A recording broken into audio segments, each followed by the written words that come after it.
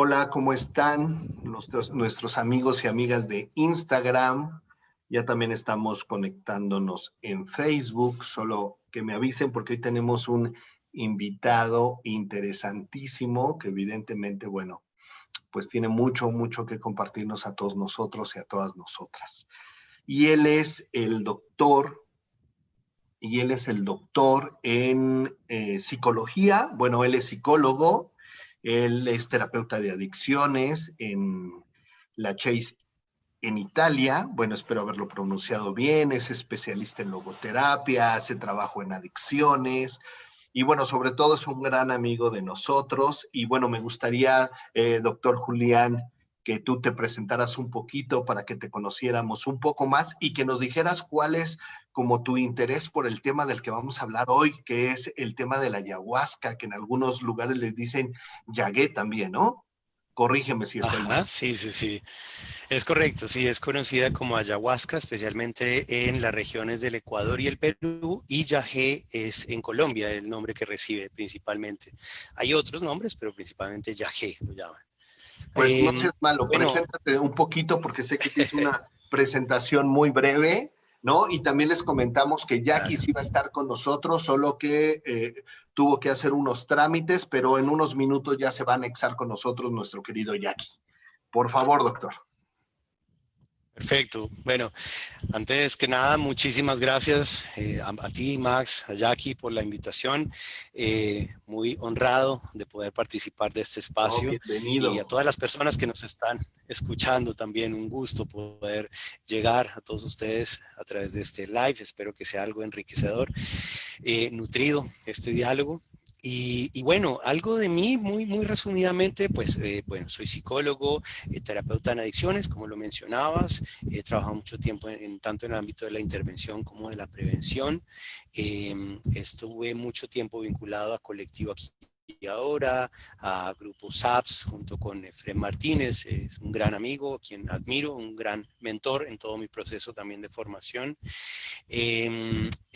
Psicólogo clínico, hice una maestría en psicología clínica, en orientación fenomenológica existencial, Uh -huh. y especialista en logoterapia, y también me formé, pues hice una formación de doctoral, una tesis doctoral en la Universidad del Salvador, en Buenos Aires, Argentina, en la línea de el estudio de la modificación o el despliegue de la capacidad de la autoobservación, del autodistanciamiento, gracias a o generado por o facilitado por más bien la participación en procesos rituales del uso del yagé o la ayahuasca. Perfecto. Oye, oye, Julián, ¿y qué te llevó desde estar en toda esta parte psicológica a aproximarte al trabajo con la ayahuasca? Perdón, la ¿Mm? nombraría así porque Bueno, como esa es yo, una yo mi pregunta. primer encuentro fue en Sí, Perú sí, con la madre, pues yo me quedé llamándole ayahuasca. está perfecto. La ayahuasca, si la soga del muerto la llaman. Pues te cuento, Max, parte de una experiencia personal a través de la cual yo había vivido una serie de transformaciones. También estaba atravesando un duelo reciente personal, una ruptura, una relación, una serie de situaciones que me llevaron a un estado de una necesidad y casi una urgencia de reencontrarme, reconectarme con mi esencia, con mi ser más profundo, con lo que podríamos describir como el llamado, ¿verdad? Eso que realmente sientes que viniste a este mundo a hacer, a realizar. Y en esta búsqueda, alguna vez, esto es muy anecdótico, estaba Sí. haciendo una meditación en un bosque, y en esta meditación, eh, entrando en un silencio profundo, escuché una voz, una intuición, supongo de mi conciencia profunda, no tengo ni idea, que me decía, esta voz, busca, sigue buscando el contacto con la naturaleza y busca la sabiduría de las plantas maestras. Me llegó este mensaje y bueno, en realidad en ese momento yo no le di mucha trascendencia, pero un tiempo después me quedé masticándolo y tuve como como un recuerdo de esa meditación. Ujú. Así que algo me hizo indagar, querer buscar sobre qué sería esto de acercarme a la sabiduría de las plantas maestras, Ujú. y encontré un grupo era un grupo en donde la primera impresión que me dio por lo que yo veía en los perfiles en Facebook, era un grupo que estaba allí, era que todo se veía todo muy impecable, muy organizado. Me llamó mucho la atención. Ujú. Ujú. Y tuve una primera experiencia personal muy transformadora. No hubo muchos fuegos artificiales realmente como el proceso de trance, Ajá. pero sí algo muy conmovedor, muy transformador en términos de, recuerdo que fue una experiencia ya al amanecer casi, en donde una abuelita, una anciana, viene, se acerca a mí y yo tenía una inquietud, ¿no? Y esta inquietud era, quiero conectar, ese era mi deseo, mi meditación, mi intención para esa toma era que yo quería hacer que convergiera todo, mi vida laboral, familiar, social, etcétera, que todo convergiera en un desarrollo espiritual, que no tuviera yo una espiritualidad de fin de semana, sino como que todo pudiera converger un poco en eso, en un cultivo de mi espiritualidad. Y esta anciana se acerca a mí, ya amaneciendo, y me dice, eso es fácil, mijito, ¿no? Era una voz muy, digamos, muy maternal, y me hablaba Ujú. con mucha ternura, con una dulzura. Me dice, eso es fácil, mijito. Y me pone el dedo, el índice en el corazón y me dice, haga todo con esto. Y me toca el corazón y sentí que algo acá hizo clic y sentí una conmoción profunda, una sensibilidad profunda, una apertura, ¿sí?, del corazón, como de conectarme a través de esto más emocional, afectivo con la vida. Y Ujú. entonces era como eso, hola Jackie.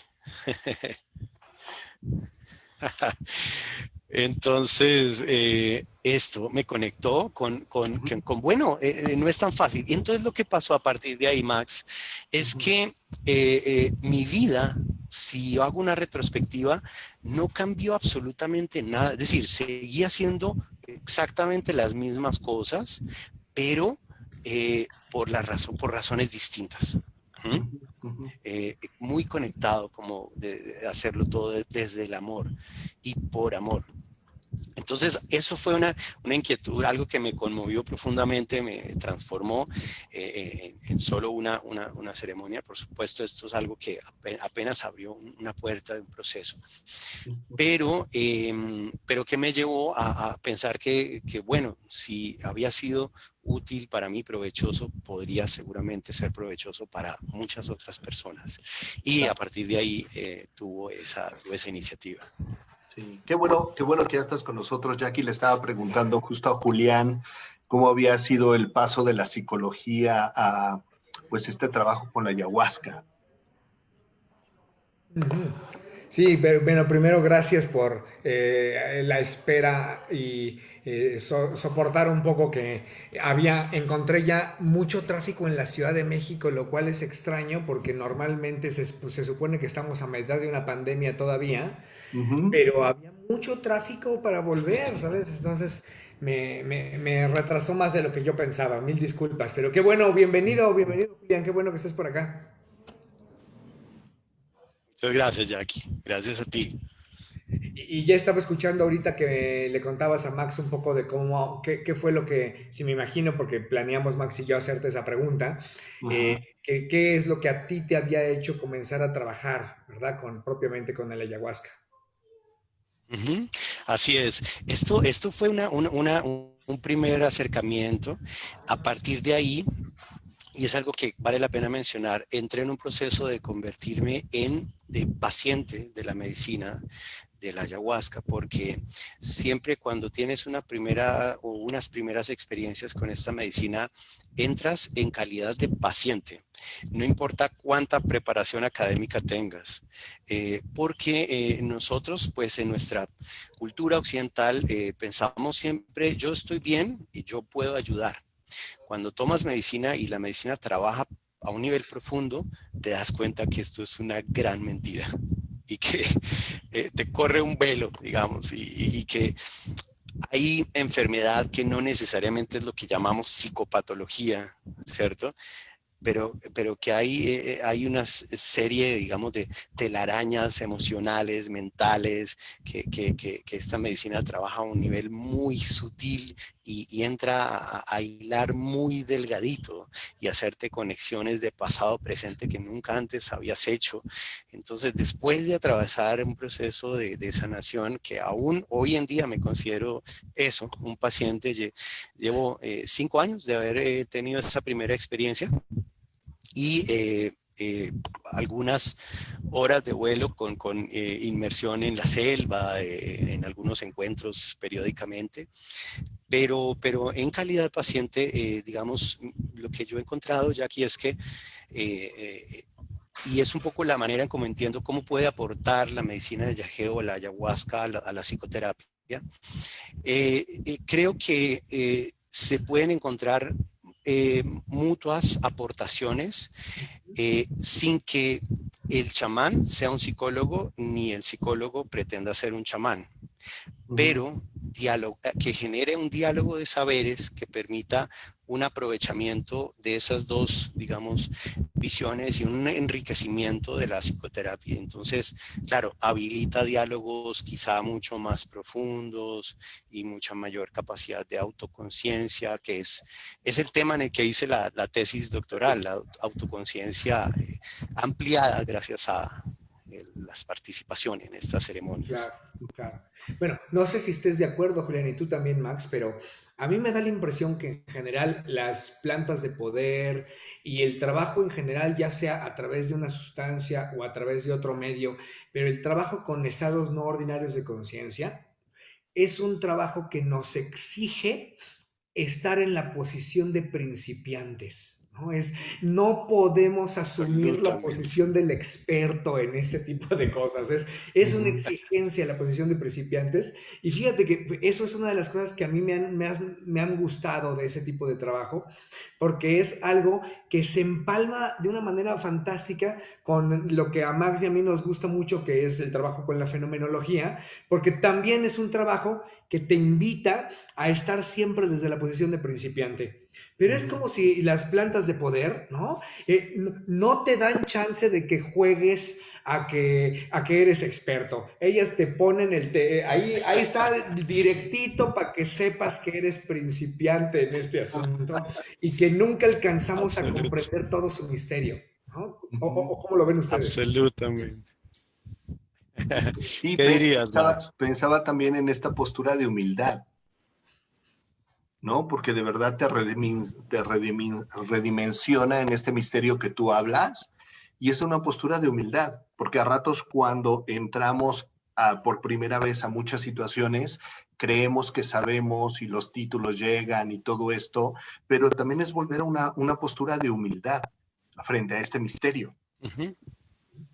Sí, Absolutamente. Mira, yo tengo la impresión a veces que el trabajo que hace esta medicina es un trabajo en donde, digamos, es como consultar, leer un libro, y este libro es un libro que además lo lees con todas tus células, te va moviendo fibras, sensibilidades, y en esa lectura es como que te va mostrando una serie como de cuentos, y cuando te va mostrando el cuento y tú crees estar llegando a la moraleja, entonces te lo cambia todo.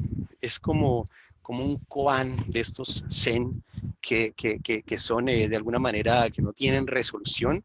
Entonces, poniendo un ejemplo, es como que entras de pronto en un primer momento al trance y te dice, tienes que perdonarte a ti mismo. Entonces, tú dices, ok, lo que necesito es autoperdón.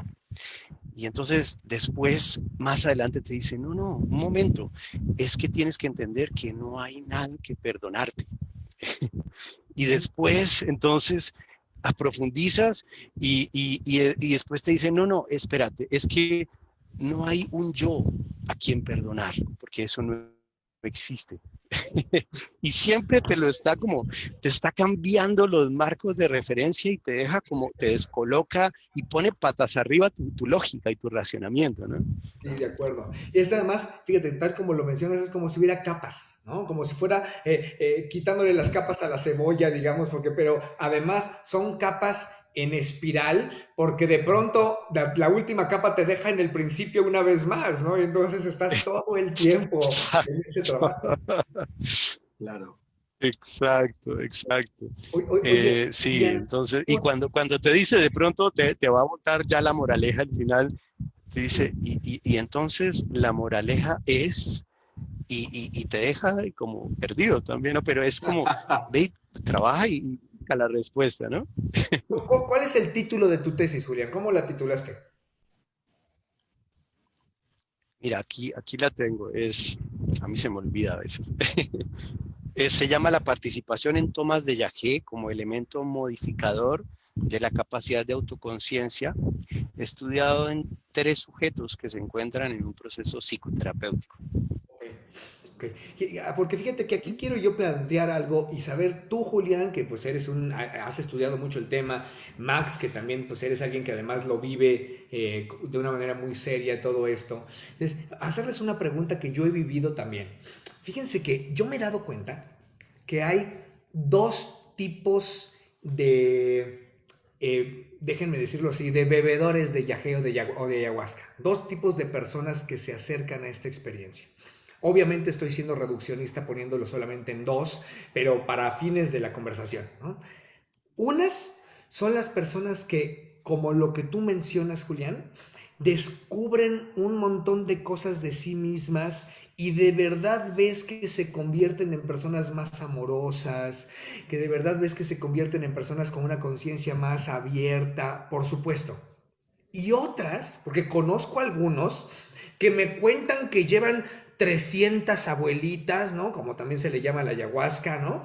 Que llevan 300 experiencias y que yo los veo y digo, pues yo no veo nada distinto de antes de la primera, ¿eh? O sea, o incluso Podríamos, a a veces veces incluso peor. peor, exacto, a veces incluso peor. Y no necesariamente peor porque la sustancia los haya enloquecido o algo así. No, no, no. Sino porque el haber tenido 300 experiencias les da una importancia personal inmensa, ¿no? Y entonces sienten que ya las saben todas, etcétera, etcétera. Pero no sé si tú en tu estudio, Julián, alcanzaste a ver, o tú, Max, en tu experiencia, ¿de qué depende que en algunas ocasiones la persona pueda tener verdaderamente una apertura de conciencia, una manera distinta de verse a sí mismo y de ver la vida que lo conduzcan a una situación más amorosa? ¿O que se vuelva fan del asunto, pero que no veamos algo que sea muy representativo? Ujú, ¿De qué ujú. dirías tú, Te Julián, o tú, sigo, Max? Max. Ujú. Max. Híjole, yo creo, porque también cuando un poco lo viví ahí en Perú me decían eso, porque yo cuando llegué y lo quise tomar la primera vez, yo dije, yo soy de aquí, lo quiero tomar mañana y pasado, ¿no? Y un poco la persona o las personas con las que lo dicen me dijeron, no, espera, o sea, es una toma y tú tienes que darte un tiempo para reflexionar, para estar, para ver cómo está tu entorno, cuál es como la posibilidad que tienes como de nuevo interactuar, ¿no? Esto no se aconseja para que sea toma diaria, date un tiempo, asimila la experiencia. Creo que tiene que ver un primer momento con esto, que a ratos no queremos asimilar la experiencia y a ratos queremos respuestas muy rápidas que te llevan a solo ser perdón por lo que voy a decir, un bebedor compulsivo de ayahuasca y no alguien que necesita de verdad escuchar, interactuar, saber qué pasó, cómo pasó. Y ahí en ese sentido creo que es bien importante un acompañamiento de alguien o un acompañamiento terapéutico. Creo que yo tuve la posibilidad de cuando lo tomé estar en terapia y regresar después del viaje y trabajar muchas cosas a esos niveles que ustedes hablan de que no comprendes, pero comprendes a veces algo y a ratos lo que comprendiste no es lo que comprendes. Creo que una es el tiempo. Yo pondría esa en la primera, en un primer momento. necesitamos un tiempo para asimilar la experiencia, lo que cada uno comprenda por asimilar la experiencia. Ok. ¿Y tú, Julián, qué verías? Sí, mira, yo veo incluso tres grupos, Jackie. Un primer grupo veo que son quienes se acercan quizá para resolver o intentar resolver alguna dificultad personal. Algunos lo logran, otros no, y digamos que ellos se mantienen un poquito ahí en una periferia. Hay un segundo grupo que encuentran que para sanar eso que vinieron a sanar necesitan resolver algo de raíz y que solamente alcanzaron a resolver algo en un nivel superficial. Entonces se mantienen en un proceso de más tiempo. Con una distancia, lo que mencionas, Max, con una distancia, con un intervalo que permita la integración.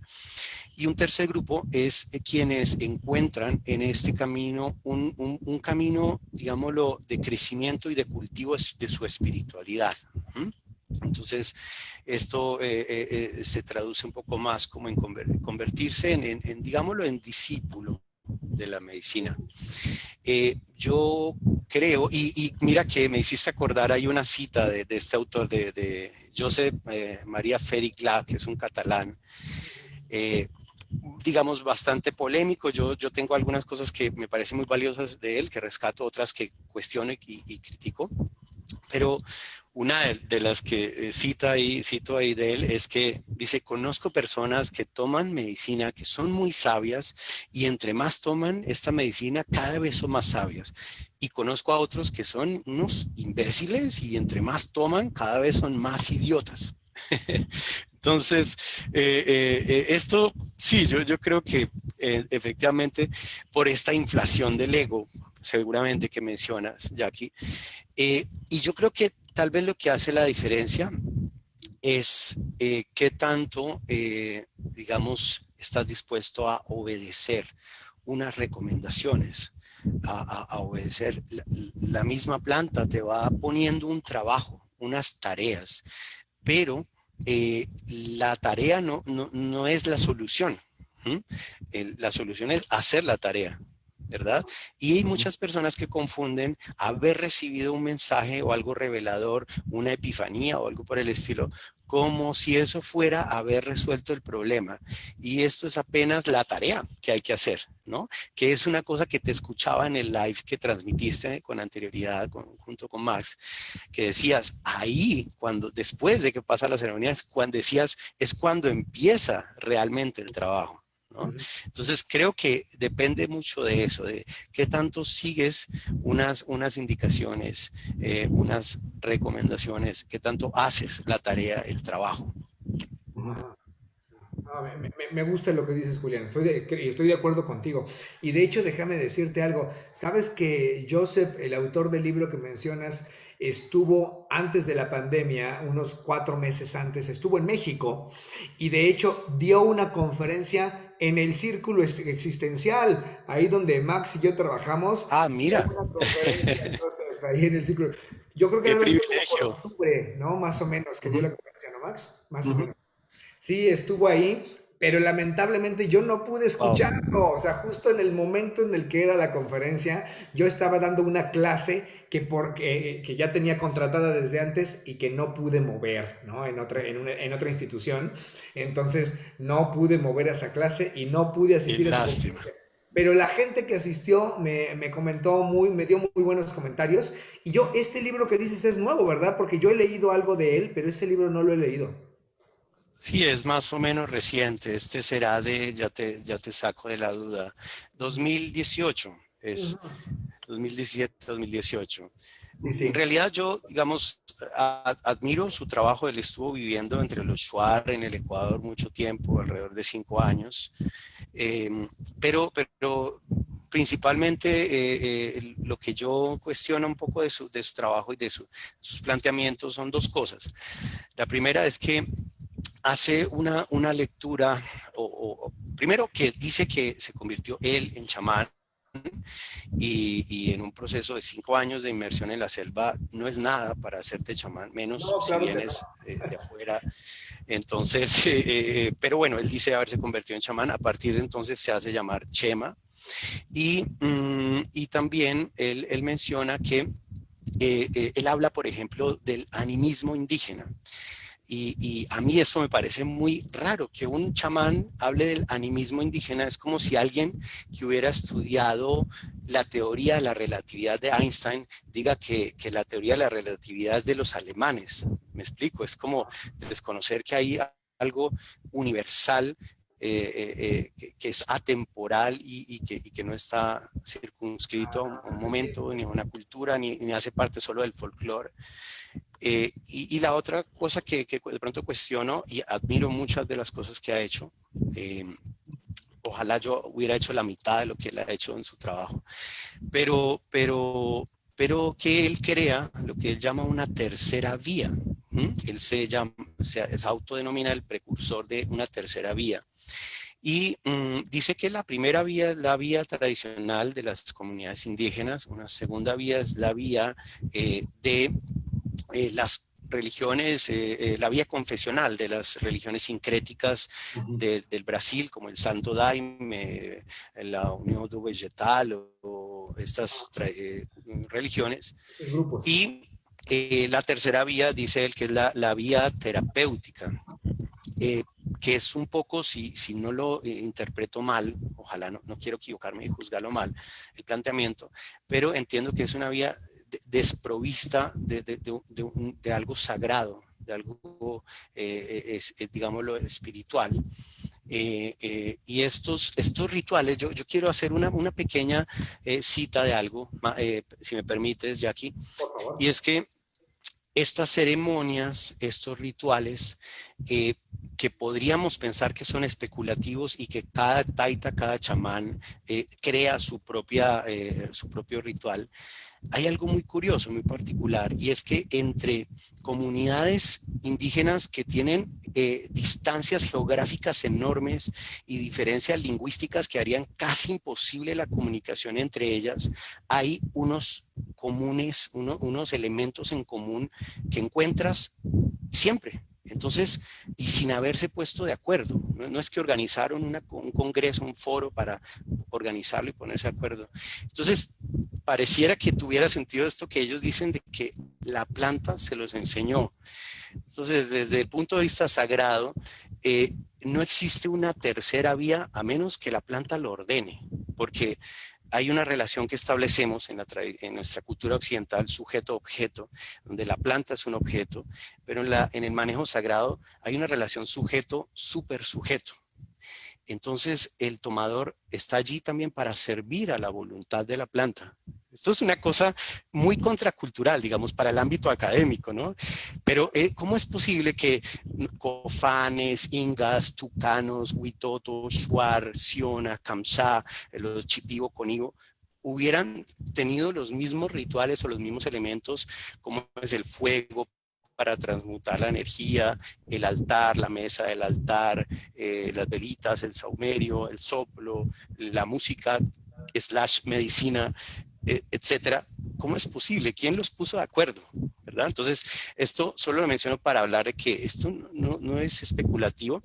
Yo creo que es respetable la decisión de quien decida participar en una ceremonia desligada, desprovista de un marco espiritual, sagrado. Es respetable, pero no creo aconsejable. Yo creo que hay un grave riesgo incluso de enfermarte, de generar un trastorno disociativo o incluso morirte. Casos hay. Entonces, dirías que tú no recomiendas los usos de la ayahuasca fuera del ritual espiritual, de la tradición a la que corresponda.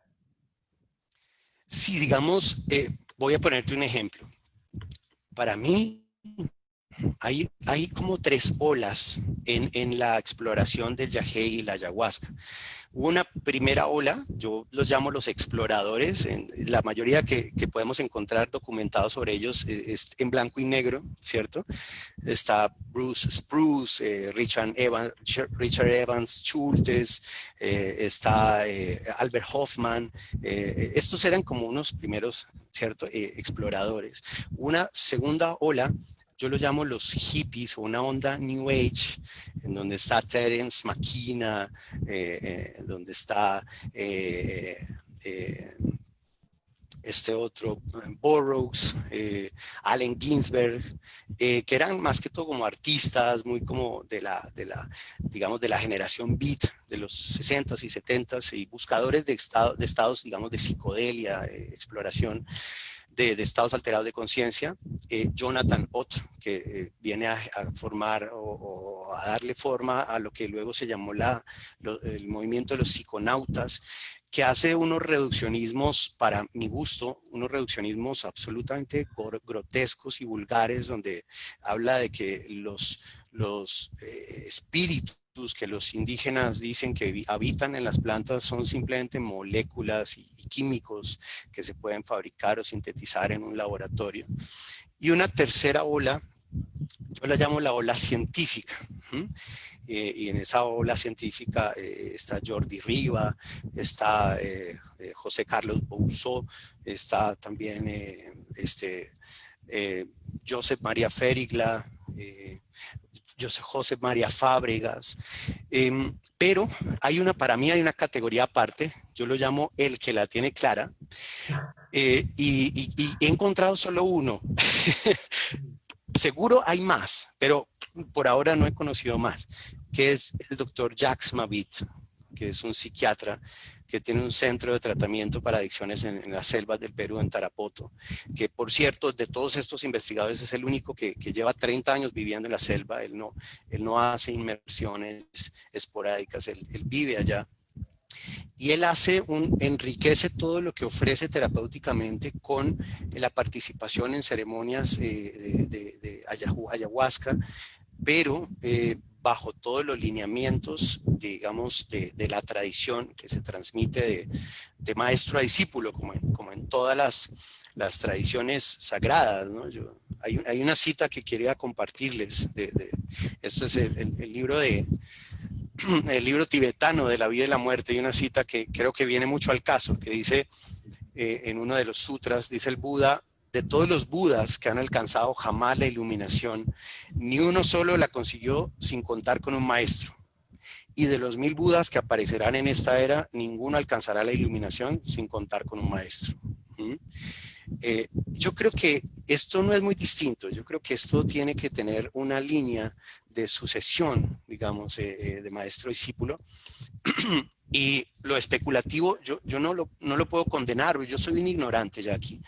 Pero yo lo que quiero decir es que yo no me arriesgaría, porque creo que hay demasiado en juego.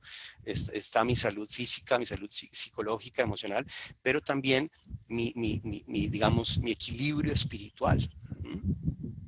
Y además, lo que pasa es que últimamente hay que decirlo, hay algo en la ayahuasca que ha traído en los últimos 10 años a muchísima gente, porque bueno, hay mucho misterio atractivo ahí, por supuesto, que podemos entender, pero que ha traído a muchísima gente a convertirse en, déjame llamarle así, porque así se llaman ellos, facilitador de ayahuasca. No, facilitador de ayahuasca, que ellos mismos dicen, y conozco varios que dicen, yo no soy chamán, pero soy psicoterapeuta, y además de ser psicoterapeuta, soy facilitador de procesos con ayahuasca, ¿no? Y conozco varios que hacen ese tipo de trabajo así. Y entonces, digamos, de pronto prolifera un montón de gente y empieza a haber mucha gente interesada en ese trabajo, pero a veces con muy malos resultados, sobre todo porque no sé si me imagino que te habrás enterado de casos hasta de abuso sexual ¿no? Por ejemplo, que ocurren en ceremonias de ayahuasca, etcétera, etcétera, justo porque no se realizan con una persona, pues, que respete, digamos, lo que representa el trabajo con este tipo de plantas, ¿no? Y De entonces, acuerdo. desde una posición de no respeto, estamos, yo soy de los que está a favor de la descriminalización de todo este tipo de sustancias, ¿no? Pero con ese tipo de historias lo hacen mucho más difícil, ¿no? O sea, dan a la Absolutamente. legalidad o a los que protegen las leyes o a los que crean las leyes, les dan pretextos para seguir diciendo que son sustancias que deberían de estar prohibidas. Y Ujú. entonces, Ujú. no sé si tú, Max, tú, Julián, también tengan una opinión en, en este respecto. Vas, Julián. Bueno, sí, por supuesto. Yo creo que hay una característica. El doctor Jacques Mavid, de hecho, es un gran crítico de esta manera New Age de aproximarse a estas tradiciones y a la toma de la medicina, y del yagé, de la ayahuasca. Porque él dice algo que me pareció muy lúcido. Dice, en la sociedad occidental, como tenemos el fast food, queremos el fast trip, ¿no? Pero es peligroso. Esto, acá tenemos que andar con mucho sigilo, caminar por la sombrita, porque esto está inventado. Esto ahí nos llevan miles de años. Hay indicios de que alrededor de 2.400 años de tradición. Entonces, hay mucha especulación. Esta relación sujeto-objeto parte ya de una postura irrespetuosa. Eh, hay una cita que quiero también compartirte. Esto es un libro que me pareció maravilloso. Se llama El laberinto de la ayahuasca, de Manuel Almendro. Ah, Tiene una postura muy respetuosa. Y mira lo que hace. Pone en evidencia un engaño que hizo Albert Hoffman. Un engaño, no sé si él engañó o si María Sabina lo engañó a él, que también es probable, o se quiso burlar de él, ¿sí? Cuentan que Albert Hoffman sintetizó, él desarrolló el LSD, ¿no? En condición artificial, y trabajó con el cornezuelo del centeno, y produjo el LSD y lo experimentó en sí mismo. Y él cuenta una anécdota. Hay una cita de Hoffman que, por ejemplo, dice acá: las sustancias cuyos efectos maravillosos hicieron creer, oigan esto por Dios, hicieron creer a los indios durante miles de años que vivía un dios en la seta, han sido elucidadas en su estructura química y pueden producirse artificialmente en un matraz de vidrio. Esto es Hoffman, 1991. Denuncia a Manuel Almendro, ¿no? Todo el poder para el laboratorio, o sea, el misterio del Teonanacatl queda reducido a moléculas, ¿no? Y esta es la anécdota donde más rápido cae un mentiroso que un cojo, ¿no? Como dice el dicho.